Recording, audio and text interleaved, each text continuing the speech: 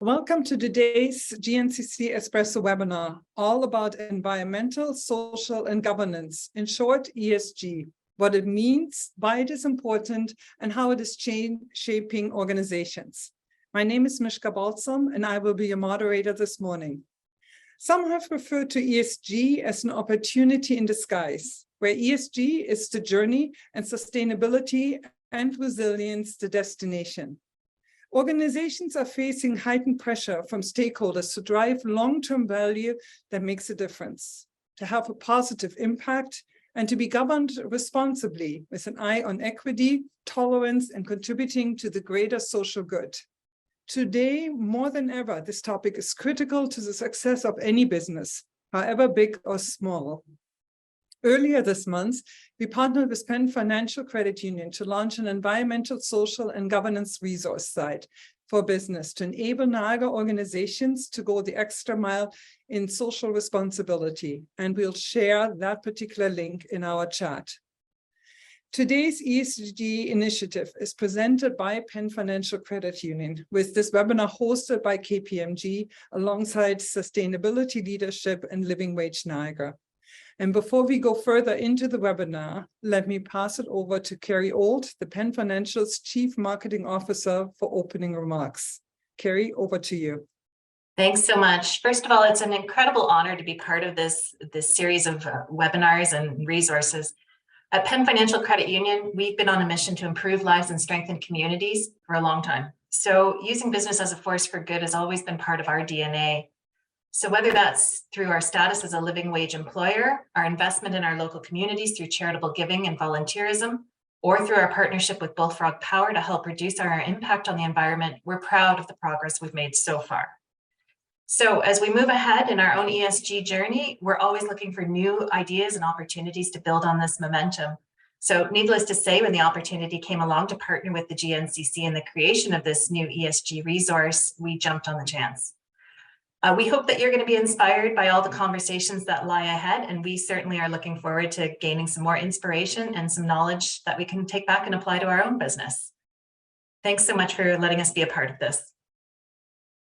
And Carrie, thanks from all of us for being part of it. It's really an honor to partner with you on this really important initiative. And now moving into the webinar, it is my honor to actually introduce our panel of experts. We have with us today Rafiq, Dhanji, who is the Executive Director of Sustainability Leadership, an organization whose vision is to create a world with exceptional quality of life, where communities thrive in a healthy environment and work together to build a vibrant, resilient economy. And Shannon Passero, who is the owner of the post office and the brand Shannon Passero. She works tirelessly bringing her designs to North America, Europe, and Australia. Ethical work standards have always been at the forefront of her management strategy, and the brands have touched the lives of more than 6,000 workers in Northern Thailand since their inceptions. And Bruce Peaver, who's a partner at KPMG Canada Public Sector Practice. Bruce is a leading authority on municipal organizational and service reviews in Canada, with a keen interest in the areas of governance design and relationships, financial analysis, and service delivery reviews. Thank you all for being with us.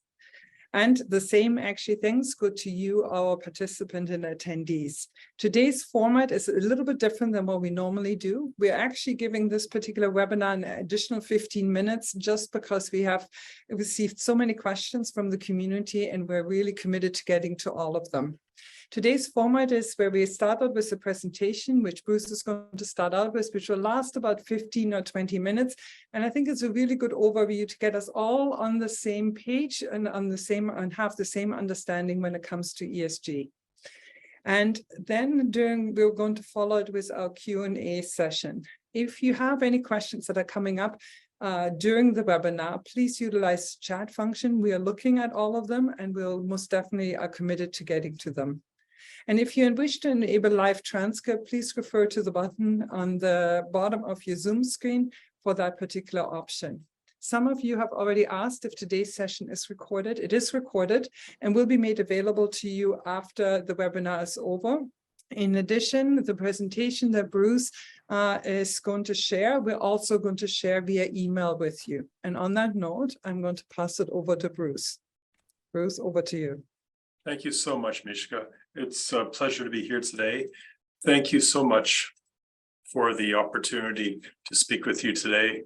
My name's Bruce Peaver. I'm a partner in our KPMG office in St. Catharines, and I'm also a resident of Grimsby. And to give you a little bit of background on myself, I've attended a variety of higher ed schools across Canada, and my professional career has taken me from the Yukon to St. John's, Newfoundland. So I've been, very fortunate to see a lot of our great country. I've been asked to speak this morning on ESG, and let me tell you, that's a loaded topic. ESG has the ability to bring out some most passionate reactions from people and get them fired up like few subjects in my practice.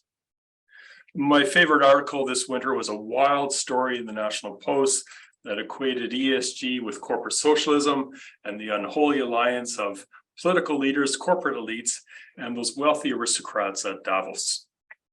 So with that, we're going to cover exactly what is ESG and why is it such a thing, and what are the implications for Canadian business. And I look forward to your questions at the end. So right here, what I want to do is put a stake in the ground and get your attention. KPMG globally is investing $1.5 billion in ESG over the next 3 years. And even for KPMG, that's a lot of money. Our firm has made ESG and sustainability a strategic priority, and I'm proud to say that we're leading the other members of the Big Four. So if there's one thing I can leave you with today at the end of this presentation, and that's that ESG is a big deal, and it's something that you need to pay attention to because it's changing the global business environment. So what is ESG? And what do you mean by sustainability? And I get asked this question a lot. ESG refers to a framework that integrates environmental, social, governance elements into your business strategy. And I like to think of, though, as sustainability as meeting the needs of the present without compromising the ability of future generations to meet their own needs. So in short, ESG is more of a business framework, and sustainability is a environmentally focused strategy. Of course, within ESG, there are 3 pillars or elements, right? There's the E, which is the environment, and that considers how a company acts in its role as a steward of nature through, recycling, energy use, carbon emissions. The S, the social, relates to how well a company manages its relationships with its employees, its suppliers, its customers, and the broader community. And finally, governance, the G, it's concerned on the reporting of your environmental and social initiatives. I hope this helps. I know last night I was prepping for this webinar, and I told my wife I was doing a webinar on ESG, and she looked at me all cross and said, "I'm so tired of your business acronyms." So please, I hope it helps. I was also last week at a conference for municipal leaders, and I asked them what they thought of ESG. And they gave me, a blank stare, like, what is ESG? But when I talked about, well, what are their climate change initiatives? Or what are they doing about diversity and inclusion? They were fully engaged, and they could tell me their own stories about their initiatives. So the important lesson here is that the language of business and ESG, and I dare say my wife, are not always aligned. So why is ESG important? Well, the regulatory framework of business is changing, and this change is compounded by the heightened expectations from investors to employees to customers. And this has made ESG a business imperative, can't be ignored.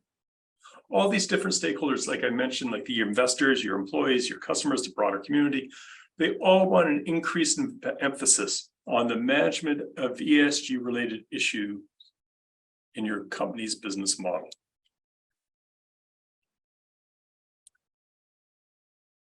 In large publicly traded companies, this is showing up as an increased focus by investors on ESG disclosures when they make investment decisions. In short, investors want companies to be transparent and accountable for their diversity and inclusion initiatives, for their environmental initiatives, and how they report on it.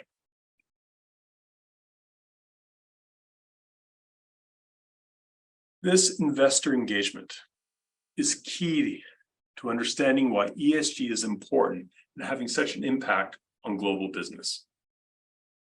And that the engagement of investors is showing up in a variety of different ways. Investors are increasingly expecting transparent ESG reporting that's aligned to industry standards. And then they're taking this reporting and they're using it to rate and compare businesses on their performance with respect to ESG. Investors are also focusing on employee engagement and turnover and diversity initiatives. Decarbonization is of particular interest to investors because public and private companies materially impact national carbon emissions. And finally, I love this part. Investors want to understand how a company's board supports ESG initiatives and how executive compensation is tied to performance against ESG targets. So if you want capital, at the end of the day, if you want capital invested in your company, you're going to have to start thinking about your company's policies around climate change, around diversity and inclusion, and how you report on that progress.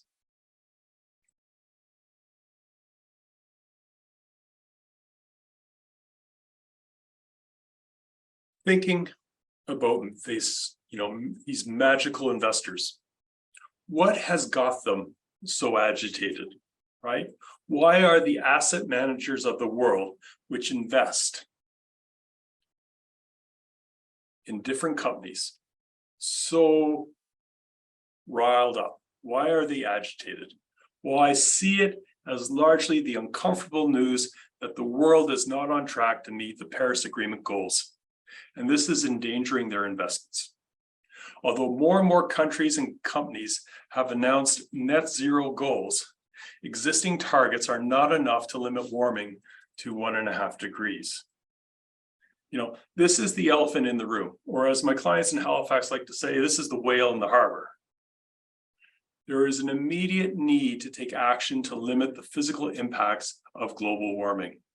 And the average global temperatures are already more than a degree above pre-industrial levels. Current pledges and targets only take us part of the way to decarbonize globally. Further action is going to be needed across major economies to align us to the Paris Agreement, right? And reaching net zero by 2050 is going to require even greater decline in global emissions to limit warming to 1.5 degrees.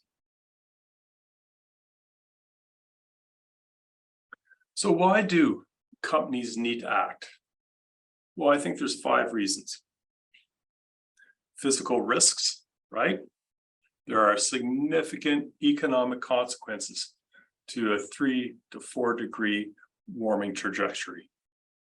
Natural disasters are bad for business, right? As well, there's consumer and employee sentiment.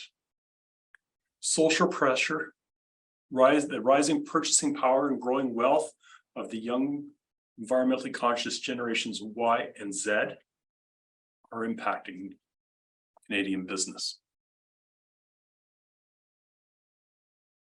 Capital markets, the emergence of ESG premiums, and increasing pressure from asset managers are a call for action. And then finally, regulatory requirements. So, our Canadian businesses that operate on the global stage are being required to comply with an elevated standard of regulatory compliance from, either the EU or the American SEC. And I guess we can't forget that there is a global policy shift underway, and that's being led by the Biden administration in the United States, who is releasing more and more ambitious climate policies.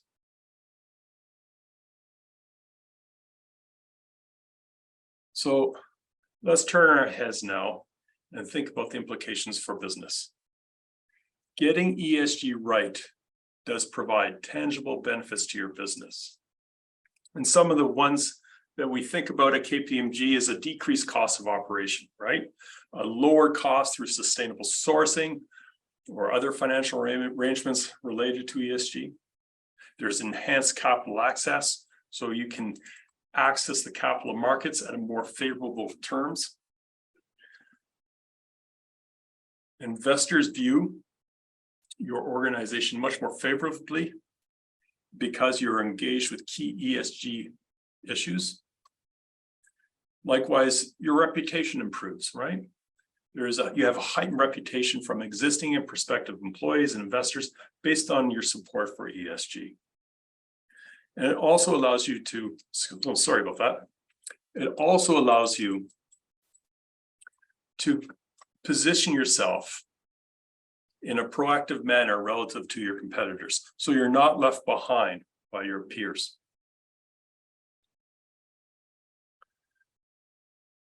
Canadian business, for all its criticism, has recognized the importance of ESG and sustainability. Our firm each year conducts a national survey of the country's largest 200 companies by revenue. And we look at how they are reporting on sustainability. And what we found is that 91% of Canadian businesses in this, the top 200 firms report on sustainability or some type of ESG performance. So 91%. 56% of these 200 companies report on climate risks in line with the TCFD recommended framework. 72% of them have some type of report on carbon reduction targets. 50% disclose their approach to, managing their respect for human rights. And 30% have adopted or intend to adopt some type of science-based target for carbon reduction. So it's clear that it is clear that Canadian business, not just KPMG, has bought into the importance of ESG. But why does it need to be on your agenda, right? And what we think and what we've been considering around this question is that ESG and climate risk are linked to the value of your company, right? It's impacting investors' decisions. So how you respond to climate change or diversity will impact your company's value. It's also impacting your business model, right? I think, you only have to go down to Florida, for example, and talk to businesses in Florida that have to pay property insurance premiums that are greater than their property taxes now to understand the impact of climate on a business model. As I mentioned before, ESG is linked to the cost of capital, right? Before Elon Musk got himself into trouble with Twitter, he was also in trouble because one of his companies was delisted from a sustainability index with S&P, and which he was not happy about at all. So the cost of capital does have an impact. Talent and workforce expectations. So one of the things we know about Generation Y and Z is that they look for purpose at work, and they're looking to leadership and company values to reflect ESG. So this next slide has a lot of questions. And, there are a few that I think I just want to kind of pull out from the long list because they stand out, at least to me. And one of the first ones is, have climate risks and opportunities been clearly linked to your company's strategy? Do you have a decarbonization plan in place? Do current climate-related strategies align with your stakeholders' expectations? What metrics are you monitoring or reporting on? In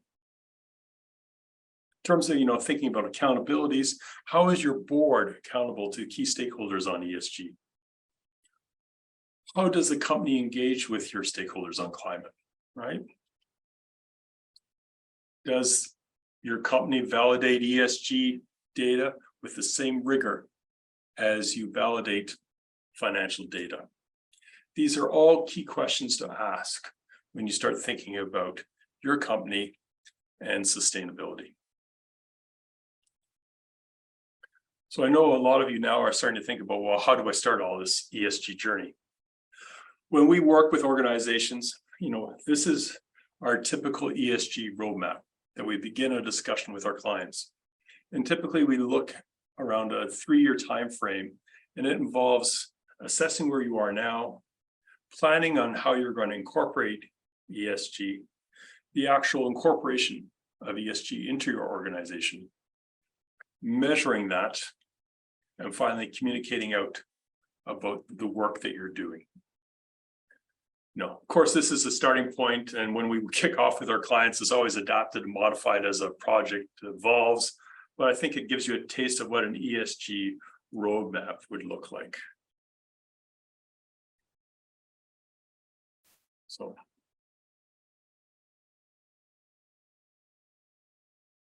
when you think about ESG and you're starting this initiative or starting to work towards having some type of strategy around climate, some type of strategy around your workforce with respect to diversity, inclusion, just remember this quote from Michael Froman, who is CEO of,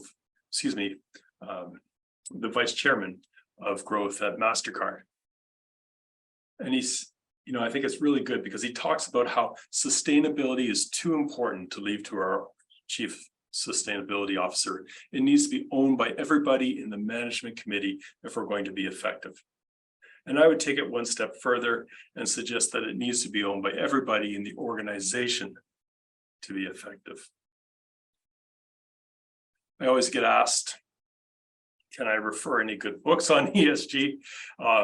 Well, I just read an interview or an article with Alan Murray. Now, Alan Murray is the CEO of Fortune Media, and I have to say that the interview left me totally jazzed. And I will be picking up his book this weekend. But in the meantime, I think this excerpt has really stuck with me, and I want to close my presentation with it. You realize that you can't be a successful company if your planet is on fire. And you can't be a successful company if social division is causing the political order to break down. So thank you very much. It's been great to present to the members of the chamber, and I'd be pleased to take any questions following this presentation. Cheers. Thank you so very much, Bruce. This was an extraordinary presentation. And so thank you very much for getting us all on the same page and focused on it. You started out by saying why ESG is important to KPMG. And I was wondering, maybe this is a good opening question to bring the other panelists forward at the same time. And to doing this, I was wondering if I can maybe ask Shannon and Rafiq the same question. Can you tell us what ESG means to you and why it is important for your organization? And maybe Rafiq, if I start out with you, and then I'll pass it on to you, Shannon. Brilliant. Thank you, Mishka. Bruce, great presentation. A lot of synergies between what you have presented and what we do at Sustainability Leadership. One of the most important things that we find is really important for ESG, or why we incorporate ESG, is that we attract the right type of talent. It's a good way for us to be able to communicate our corporate culture, something that is generally unwritten. And by putting it down into a format, we are able to communicate that we're not just about the bottom line, that we are about helping the community, that there is so much more to business and the way that it impacts others in the community, other businesses, the up chain, down chain, all of those aspects, but importantly also driving interest in what we do, and attracting really, really good talent, people who are passionate about giving back and creating an impact in the community.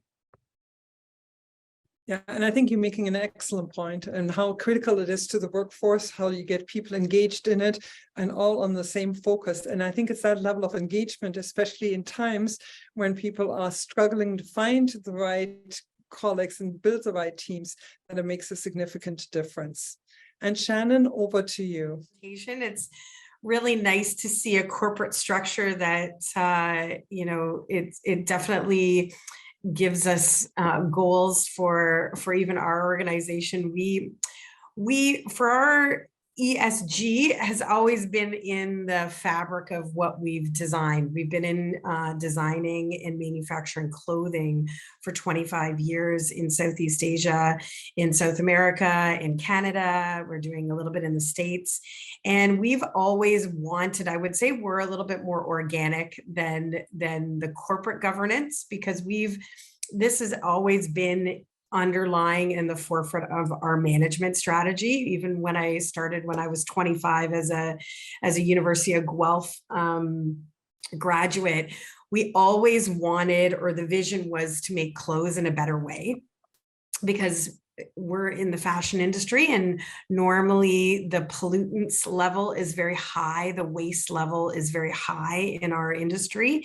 And we always challenged ourselves as a company, and meaning our every contact point of our company, whether it was fabrications where we're trying to upcycle, and we've saved thousands and thousands, I would say hundreds of thousands of pairs of denim jeans upcycled into our designs from the landfill.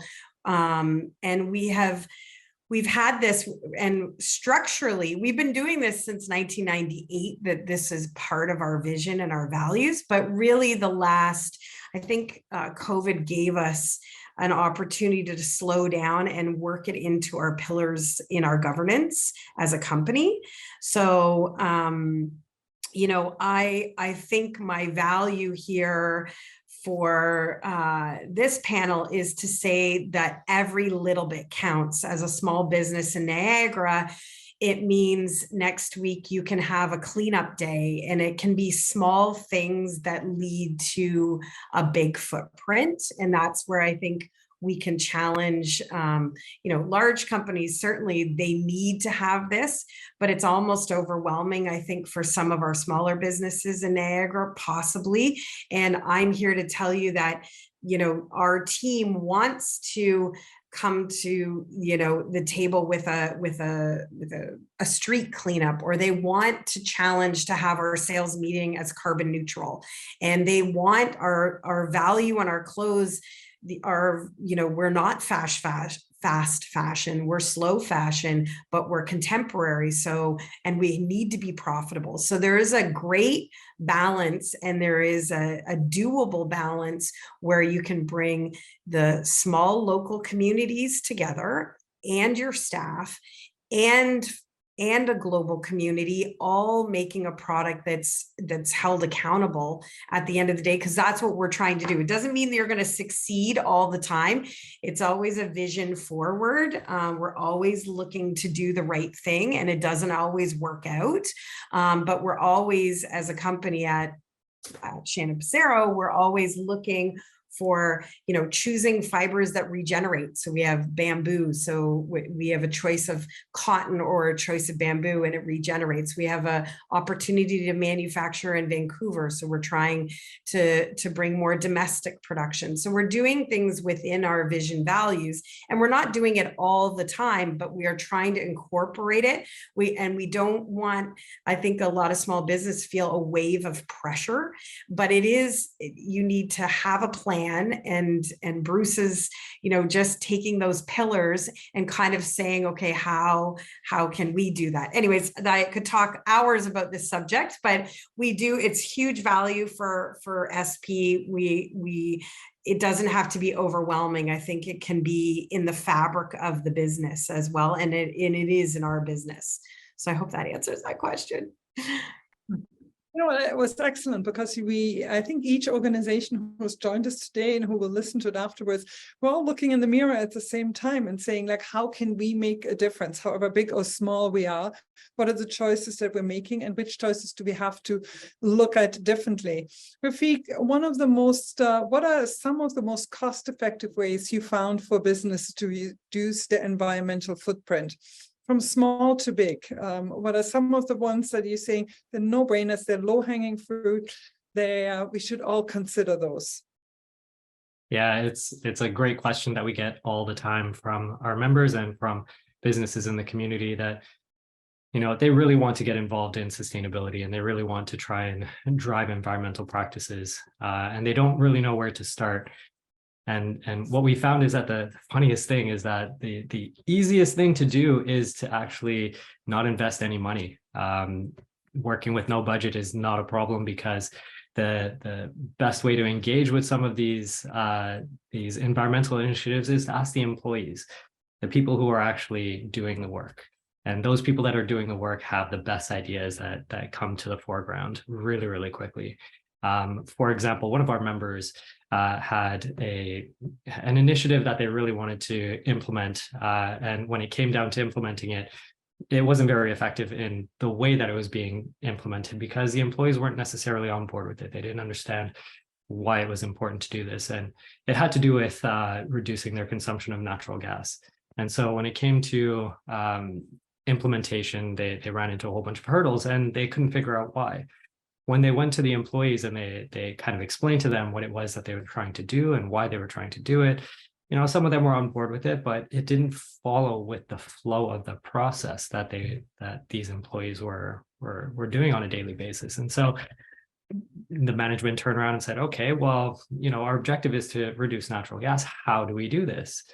And they turned around and gave a list of maybe 10, 20, 30 different ideas that all contributed not only to just the reduction of natural gas, but the reduction of energy consumption at the same time. And it made the employees feel engaged and much more involved in the process. And they found that productivity went up, satisfaction went up, and it drove costs down, which was significant enough for them to be able to reinvest in some of the more important ideas, or the bigger capital expenditures, like new insulation or solar panels, things that can help reduce your consumption overall. So the easiest thing to do is just ask your employees, create that engagement internally. I think, Rafiq, it's an excellent point that you're making, because when you look around a room, or if you look around like your team, all of them have knowledge about a certain area of it, likely more than you have, and they look at the processes, they look at where you can make a change. And I think it's good to be challenged to make a change and to listen to it. But I also liked what both you and Shannon referred to, and saying, like, we will make mistakes along the way. We will make the wrong choices. We will stumble, we'll fall, we'll come up against hurdles that are likely tough, at times, but it's for us to saying, like, how do we make it over that too? And how do we go forward from here? Which I think is a key one. Bruce, a couple of questions that people have kind of sent to us is all around how companies can ensure transparency and accountability in their corporate governance practices. And how do you take something beyond a vision statement, beyond a committee, and really say, like, this is how we are going to ensure that transparency and accountability in a corporate governance model is in place and it is alive? Yeah. So actually, I would suggest to the viewers of the webinar to Google this acronym. Is TCFD, stands for Task Force on Climate-Related Financial Disclosures. And it's a standard framework that's been adopted by business and governments around the world about how to disclose or report on your organization's climate change impact, right? And it's if you Google it, you'll find a wealth of information on how to report on governance, how to report on your strategy or risk management, and you also get some information on KPIs. It's like all of Canadian business is endorsing this.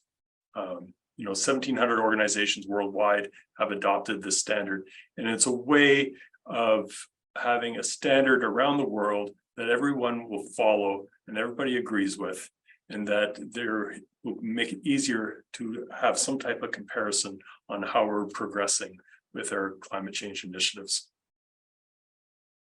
It's an excellent.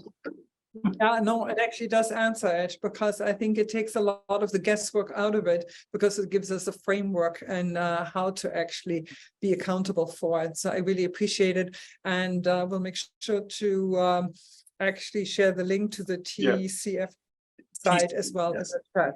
Yes, so we'll make sure to do that too.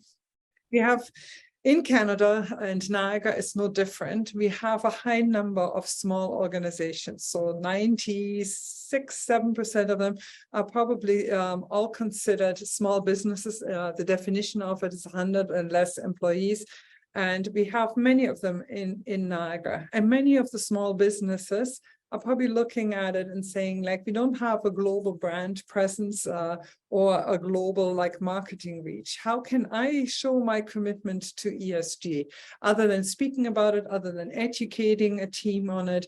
How can we show that commitment? And I was wondering if maybe I can bring Shannon brand. But I think maybe you are still connected with a lot of the smaller businesses at the same time too. So maybe Shannon, and then over to Rafiq, maybe for input too. Oh, I think you're on mute. I'll get it eventually. Sorry. I think starting small, again, with that limited budget, because this is, if it isn't part of your corporate governance, you can add it at very low cost, and you can add it in a way that it's a vision. So, the way we started small here in Thorold. So we have a recycling program that is run by the staff. We, anytime we had to redo or rethink something in the store, we did it with better efficiencies, like light bulbs, or down to everything that we're doing when we ship our rep samples, because they can be cost savings too. It's just a matter of rethinking what you're doing. So we ship maybe 3,000 rep samples, and we don't put them in bags. So we've stopped bagging them. So that means that there's 3,000 plastic bags that didn't come from Southeast Asia to Canada, because we know that they just go into the recycling immediately. So we're committed to a future, and it has to be profitable, and we have to run these businesses to be profitable, but we're thinking about how we're using very down to our web packages are all 100% recyclable. So, and we changed our packaging, we've changed our pillars of we have birthday gifts for our staff. So now we give $100. We're thinking outside of the box. I give $100 to every employee, and we have challenged them to donate it. So every employee gets the $100, and we said, you know what, we're going to challenge you this year to donate it, whether it's to, Jillian's place or a climate or something to do that's going to push us and you forward in the community. So I think ESG is about people. It's about organically building your business. And there are, there are costs to that, but there's also, if you haven't started a program and you're starting from the baseline, there's certainly a lot of very inexpensive entry levels to that, just to make an impact right away. And What else do I want to tell you? I think it's just, again, it's just thinking about getting a template like Bruce has to challenge you to think about what that governance is, because that's a big word for a lot of small businesses. We're just trying to run the business, and trying to do day to day. So to have the vision values, you have to be able to do some planning on that. And it's really easy if you have the employees aligned, and the employees want to be. Niagara, my staff wants to be involved in the street cleanups. They wanted 8 street cleanups this summer. I'm like, yeah, sure. Okay. I'm like, okay, do I have to, like, I'm not leading everyone. Like they've taken on a lot, their own interest in it. So it's empowering as a leader, empowering small steps for a bigger vision, I think you're making actually an excellent point too, and Rafiq touched on it as well. It is their own interests more than our interests. Maybe we're not aligned with it 100%. Well, we likely are aligned, but maybe we'd shift it around. But it's not about us. It is about the individual and the choices that the individual makes. Rafiq, I think it might be good to bring you into this one as well, because you deal with a lot of businesses. A lot of them are small businesses. How can they demonstrate their commitment to ESG for themselves, to the people that they're accountable to their customers, to their colleagues that they have? What is an easy and good way, maybe not an easy way, but the best way to move forward? Yeah, demonstrating commitment is a huge component of being able to show your customers exactly what you're all about, and in particular, as Shannon was mentioning, getting employees engaged and involved. They have a whole bunch of ideas that they love to implement, and that community cleanup is one great example of that influence that you can have, not just on the business but on the community as well. The way that we find is effective for businesses to really communicate their commitment to ESG is similar to what Bruce was talking about with the roadmap for ESG, is being able to communicate it in a credible way. Bruce mentioned looking at a reporting structure of TCFD, and there's a bunch of different frameworks out there depending on the industry that you're in that pertain a little more to reporting on certain aspects. But regardless, the idea is to be able to communicate it in a credible way using a framework with KPIs that are determined for you, so that you're not necessarily making it up as you go along, that it comes across as transparent, particularly when you're showing your progress over time. It also allows you to, as Bruce was mentioning, figuring out where you start from and then determine where you're going and how you're going to get there. Those are probably the most important aspects to be able to create. And in terms of creating that marketing reach, really, it's about creating a customer experience in a way. The most effective marketing in the world has always been word of mouth marketing. You can spend as much money as you want, but if no one can speak well about your brand, it's not going to carry very far. And one of the examples that Bruce was kind of mentioning Elon Musk, and his approach to Tesla. Like, everyone knows, if you were to mention electric vehicles, immediately everyone thinks of Tesla. It's like Kleenex now. It's not facial tissues, it's called Kleenex. It's that branding that they've had without spending any money on marketing, because of that customer experience that they're providing. And so the way that we engage with our audience, the way that we engage with our suppliers, and how we treat them, how we produce our products or services, really creates a compelling story and a compelling experience for customers and others that are influenced by the brand, to be able to communicate it to others and create that word of mouth marketing. And I think it's an excellent point, and I'm actually referring also back to part of the presentation that looked at actually that this is a journey of not just 3 months, 6 months, but it's a journey of 1, 2, 3 years and ongoing from there. And I think that's an interesting perspective. Bruce, a lot of companies are looking for investors. And you talked about the commitment to ESG being actually an element that is driving investment. Can you give some examples of how this happens? Oh, okay. Let me give you two, Mishka. How's that? The first Okay. one I'll give you will be right out of out of the Goodman School of Business.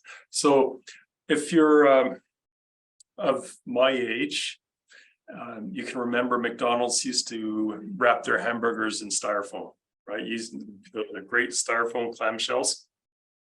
And what, if you go back in time, pressure from kids, pressure from public authorities on the sustainability or lack of sustainability around that packaging pressured McDonald's to change their packaging standard, right? And quite frankly, it hurt their business. There is a reaction to how they were conducting their business, and they were forced to change because investors were saying, hey, wait a minute, there's a risk to us investing in your company. So like that's a classic example, from the Goodman School of Business. There's another example that's actually occurring right now in the world, and that's what's happening in the Ukraine. And so last year, Russia invaded the Ukraine, and within 15 days, we had 300 companies saying, we're not going to do business anymore with Russia. And in some cases, because of sanctions like the oil companies, it was evident, but in many cases, it was a declaration of their values as a company. Companies around the world stood up and said, this is contrary to what we believe our values are as a company, and we're not going to stand for it. And the closest thing that's ever occurred to this is what happened, again, going back in time, but in the 1980s, when there was a reaction to apartheid in South Africa. But that took 15 years. What's occurred in the Ukraine, and the reaction has happened in a year. What actually happened over the course of 2 months. And our firm, KPMG, is part of a global cooperative, right? So there's member firms from each nation in the world.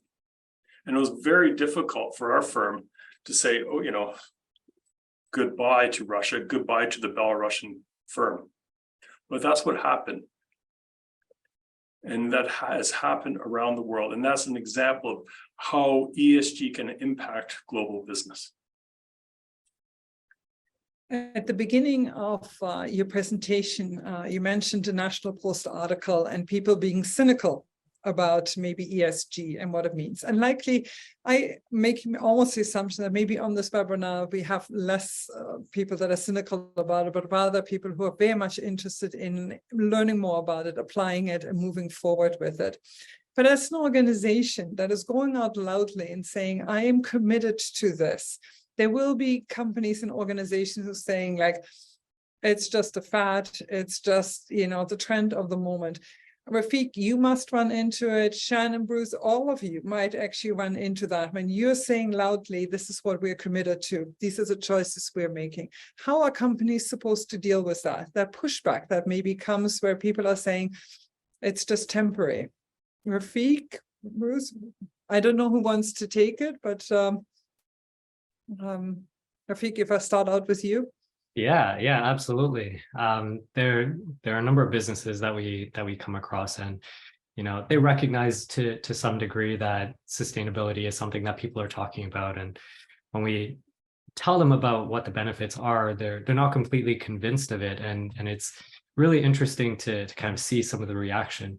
What we find is that it's mostly around the understanding of what sustainability entails. When we talk about sustainability, the first thing people think about is a recycling program or energy savings.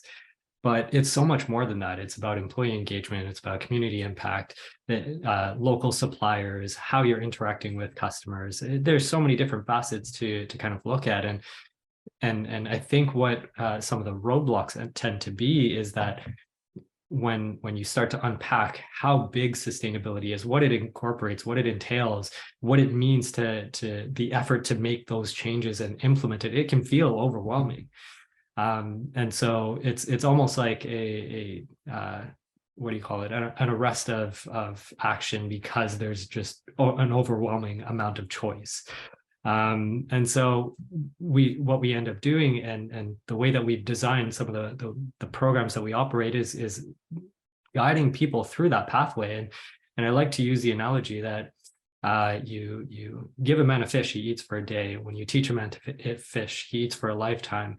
But not only that, we need to take it a step further and help them understand, this is how to cast. This is the type of bait to use. This is the type of pole to use. This is where to stand. This is the direction to look in. And give them all the tools necessary for them to create that change, but do it under their own guise of operations as to where they foresee the success of the business going. So when we talk to them about the importance of it, it's less about what you should be doing, and it's more about this is the opportunity that you have in front of you, and these are the multiple ways to approach it, but we're going to start here and we're going to guide you through that process. So it's a bit of a kind of a familiarization with what's out there and what's important to look at. And when you begin to speak their language, talking about the bottom line, for example, and help them understand that there are so many savings that can be incorporated along the way that are intangible by looking at other directions. So for example, you could take a look at just employee engagement and see the effect that it has over time on the amount of productivity that's coming out, the number of sick days that are reduced, the retention of employees, the attraction of new talent. There are so many benefits to it, and when you take a look at hiring a new employee versus retaining an existing employee, it's a no-brainer to try and retain existing employees. And so creating that I guess perspective is always a very lengthy discussion, but it's always a worthwhile one when they get that aha moment. I get it now. This is why we should be doing this. And I think it's a process. It's an educational process. On that note, in our chat, we have one of our participants who's actually saying, like, does the voting public have a say on the policies in some of those corporations and investments that are being made? What they're actually referring to is also the power and investment firms like BlackBerry, for example.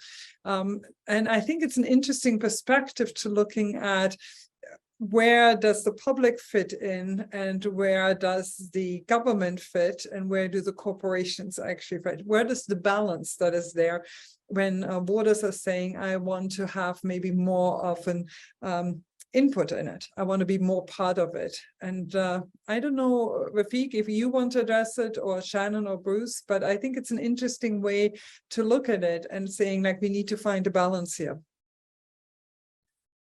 Bruce, do you, or Rafiq? I see you unmute. So Bruce. Oh, okay. Sorry. Yeah. So the power of the consumer, at least in a free market economy, is incredibly influential. And so people have an influence on the performance of, Canadian businesses and other, an American business, and how they operate through the purchase of their goods and services, right? And you can see that companies that get out, misaligned to the mood of the country with respect to climate, with respect to diversity and inclusion, really do suffer, because people say, like, I don't really want to be associated anymore with this company, associated in the way of wearing your clothes or buying your services, right? And I have an example, but of course, it was what happens on a webinar is you lose that example right off the top of your head. But if you come up, maybe I can come back to that, Mishka. Okay, let us know. And Rafiq, did you want to comment to it as well? I saw that you had unmuted. Yeah, I think building off of what Bruce said is that people vote with their dollars. Where their money is spent is really what drives the economy. What we've seen over a number of years is that people, and we saw this during the pandemic as well, is that people want to go to what they support the most, what they see as the greatest alignment with their values. And whether that's buying local, buying more sustainably, looking at slow fashion instead of fast fashion, There's a number of different ways that people can be involved in. And this example in particular with BlackRock, there was a lot of demand from BlackRock investors in particular to look at divesting from fossil fuels. And so if I understand correctly, they're now moving in that direction. And so it's all about trying to say, hey, listen, your business is only successful when I spend my money there. If I'm spending my money elsewhere, you're going to suffer. So I'm gonna look for what's best for me and what aligns best with my values, and that could be with another company. And on that note, we have received a couple of other inquiries via email on this one. And this is looking at just businesses that actually in many ways define Niagara. We're looking at wineries, we're looking at hospitalities, we're looking at accommodation and food services. And the question was, how can those particular businesses give back? Many of them rely on temporary migrant workers. Here, like how can maybe specifically to that, those organizations and businesses say, how can they give back and show and somehow align themselves with what we're talking about today? And I think it's an interesting way of looking at it because it's very market specific. But I think the question is one that likely those businesses are asking themselves. So if we are looking at wineries, restaurants, hospitality, accommodation, how can they make a difference? Shannon, I see you unmuted, and I think in general, just being authentic, for the business to be authentic, and that's how we show up and how we engage. Our product is made overseas, and there's always lots of questions, and we show up authentically, showing pictures of us being there and that it's ethically produced, and we feel good about, paying a living wage over there and knowing our partners that are making it. So I think, it's just, it has to be, I think it needs to be meaningful. I think it has to be authentic. I can speak to, the fashion industry there's a wide gap. There's fast fashion, and a lot of fast fashion right now, there's a thing called greenwashing. So they're jumping on this story and they're saying that they're being authentic and they're not. So it's just understanding within your business. We've had to learn where in our business we can, from a cost effective and doing the right thing, because we're always changing. Right now we use an OTEX registered cotton. So we've partnered with a factory that produced with Patagonia. So we know Patagonia is on the same journey, or we know that Patagonia is on a great journey in fashion. And so we align with those vision and values. And you look at other companies that are doing great things. So you can do your research that way as well, because again, any of these accreditations like the OTEX standard for us in fashion, or upcycling, we take a lot of product off the table going into the landfill ourselves, and doing things like that. And then we give back to our workers, and have a lot of different ways that the needs are very different in Turkey than they are in Thailand, and knowing what the empowerment is for our women's co-op in Thailand, and then knowing what our staff needs. But I think you show up authentically, you show up in a capacity to learn and do better, because we always are designing fashion. And again, I can only kind of speak from our business and what our vision values is, that we want to make clothes in a better way. And we're not circular. Our company, my dream is to be circular, but right now we're not. So we have a long goal, we have medium goals, and we have actionable pillars in our governance right now that we're acting on as well. What our company looks like in 5 years, that's what the exciting thing is hopefully there's a vision value with the team. And I think that's another thing, is just being authentic and giving that experience. So being able to talk about the workers, how do the wineries empower the workers that are doing the work? You know, they're a long way from their families, and how can they make how can Niagara make the experience better for the workers, you know, and making sure they're safe, you know, and access different the community and having a great experience within Niagara as well. So, I mean, there's lots of organizations that are desperate for our support, like a community care here in Thorold and Niagara. And that is all about that social governance as well. It's aligning, it's not just, you know, I always my vision was I always struggled with, like, is this organic cotton? And I said, yes, it is organic cotton. But the next question is, who actually sewed the garment? Who made the garment? Were they looked after? Are they, you know, to pay extra for the fabric that's going to be environmentally friendly, but who's actually, are they making it for 25 cents? And is that reasonable? You know, so I think there's a deep dive in everyone's business to look at all the layers, your packaging to the people that are making it to so there's on every level, whether it's domestic or overseas as well.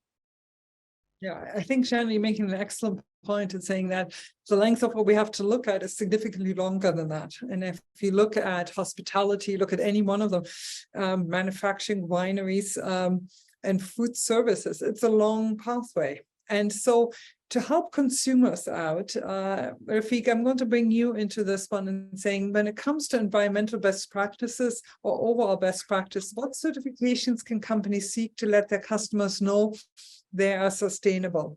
Because I think as customers and consumers, we kind of need a reference to saying, like, this is what we know, or here is where I'm going to want to make my purchase decision. Because Shannon had an excellent point. Yes, it might be organic cotton, but who actually put the garment together, and how did it travel between different places? What is available to investors? What's available to consumers when it comes to that? Yeah, it's a really good question, and we come across it a lot. One of the things that we've recognized with our membership, which is extremely diverse in terms of the industries that they're in, is that there are certifications in every single industry, every single aspect of the supply chain. And the hardest part is that the people who want to know what the company is doing don't know enough about these certifications and don't know enough about what that entails or what that means. And so regardless of the certification that you go after, the biggest thing is to help customers understand what that means. So if you're going for, you know, a LEED certified building, there's different variations of LEED on its own. And so communicating what aspect of LEED or what level of LEED you're going after and what that means for the building or for the supply chain, whatever it is, really trying to communicate it in a way that helps your customers understand. And as we go along, there's going to be other certifications that come up along the way that are going to be more industry specific or very specific to a particular region. And for us to be able to understand what all of that means and keep on top of it, it's a never-ending game of learning. And so the more we can educate our customers and the more we can educate the broader public on what these certifications mean and what we have done to achieve those certifications is probably the more important part. Mm-hmm. And then, Bruce, on your end, if I could ask you, as organizations trying to measure and track progress in achieving their ESG goals, can you provide some specific metrics or key performance indicators that can be used to evaluate their performance? Because I think this would be a hard one, I would imagine, but maybe there are some easier ways. And I think you're on mute right now. It's only been 3 years, right?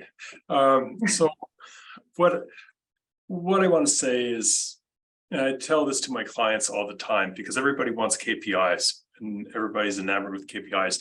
And I use the metaphor of my car, right? So I can get in my car, I can drive down the driveway, back up the driveway, and set off on my journey, and I can transport myself by looking at 3 dials, right? So is it in gear?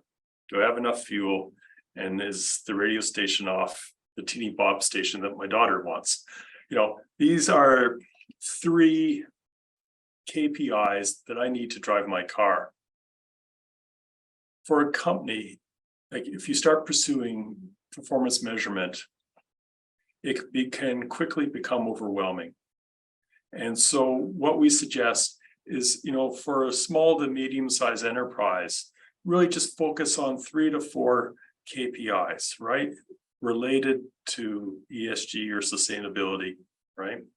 And they can be as simple as, what's the diversity of your workforce, right? How many women do you have in your leadership roles?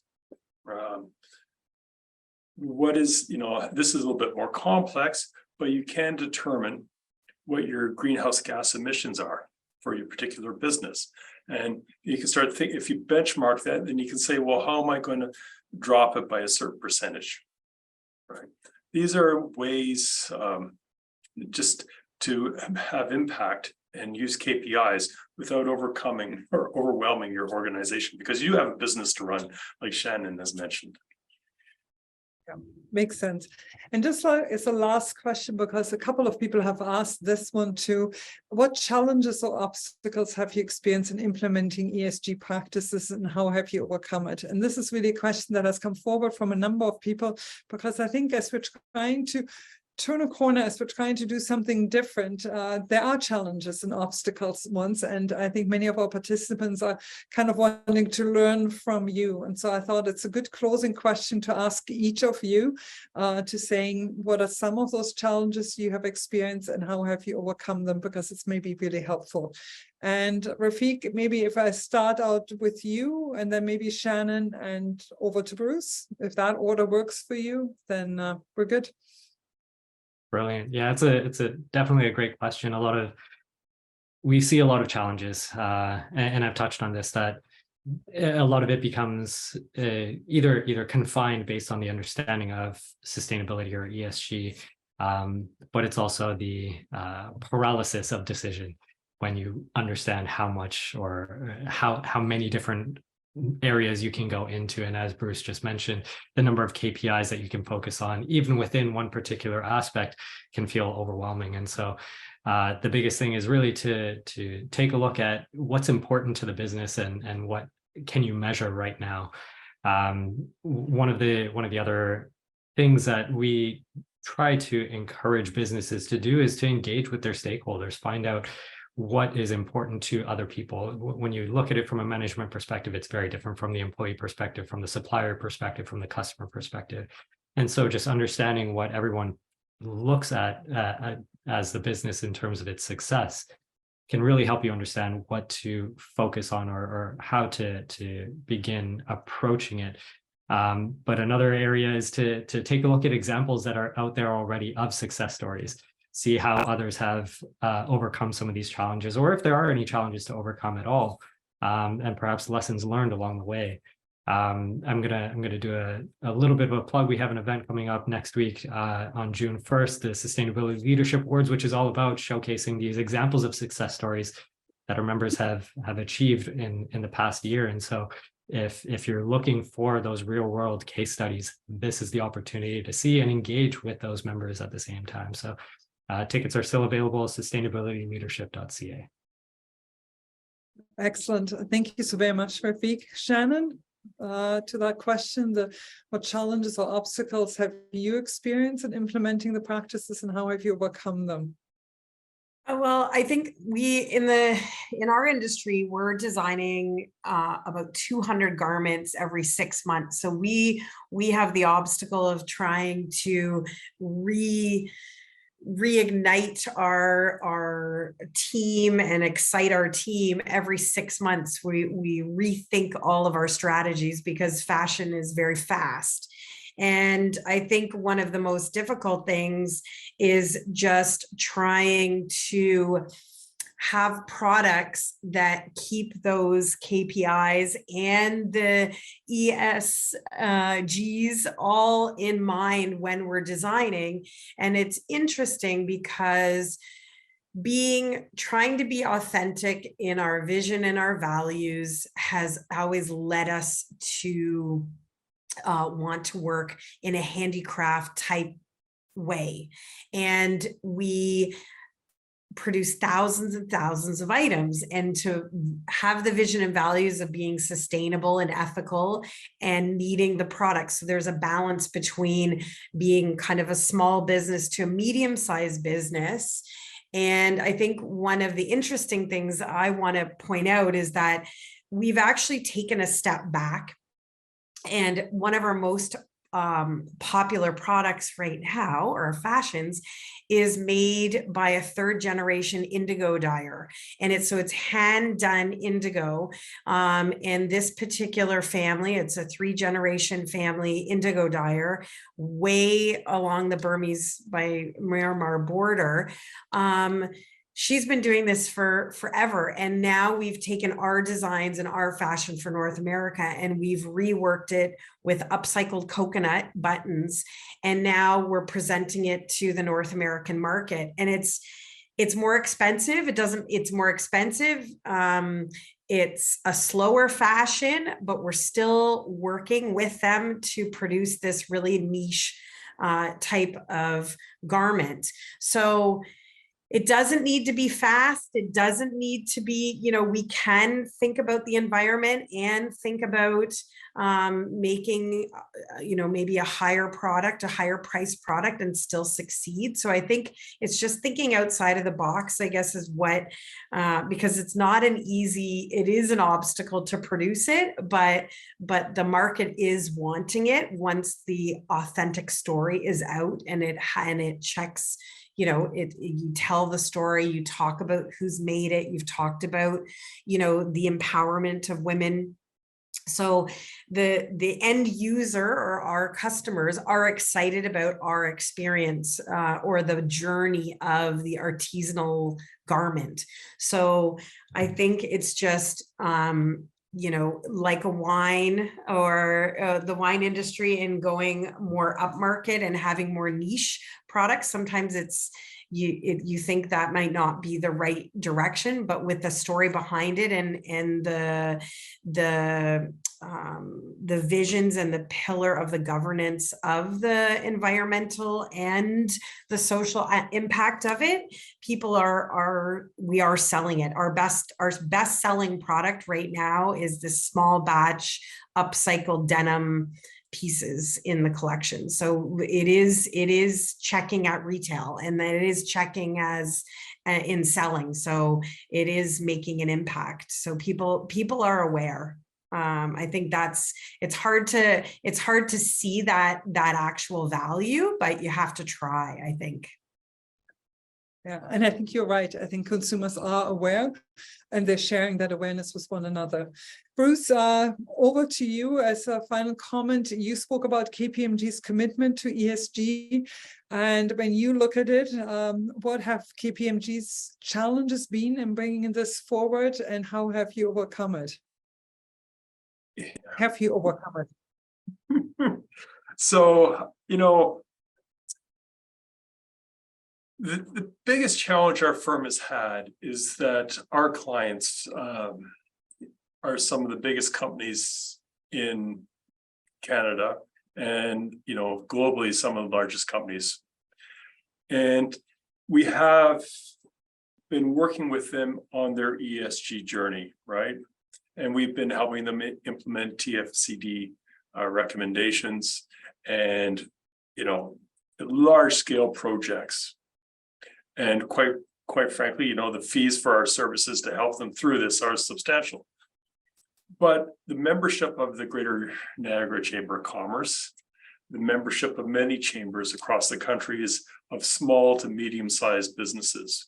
And the challenge for our firm has been, how do you take the ESG product that we have that is servicing large global firms and make it relevant and affordable and impactful for small to medium-sized enterprises that are, quite frankly, usually privately owned.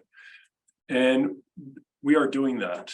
And we are working with smaller companies.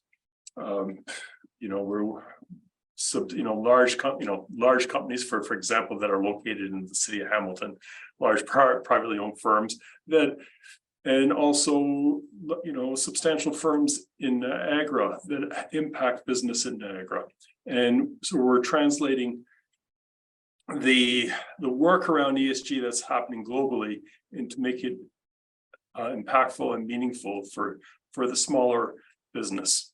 Now, the challenge is to do it successfully, and that's where we're at, and we're working our way through that, but that's very much a priority for our firm. Excellent.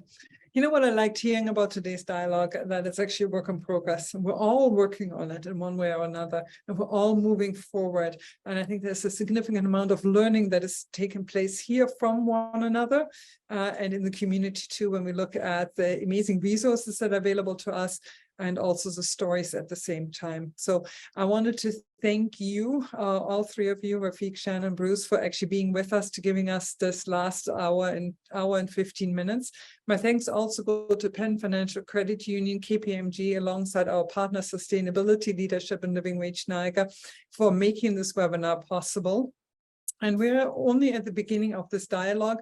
On June the 7th, we are actually speaking to the Vice President of Niagara Operations of Ontario Power Generations to learn more about OPG's vision to electrify life and the next generation of it. They're working very much on a more sustainable future, cleaner environment, and stronger economy, and more livable communities. And so this is our next step, actually, of going down the journey and having dialogues with bigger organizations, smaller ones, and really making sure that we're all moving in the right direction and protect this wonderful earth we call home. So on that note, thank you very much for being with us, and to everyone who's here, all the resources will be made available to you, and we'll email them directly to you. So thank you very much.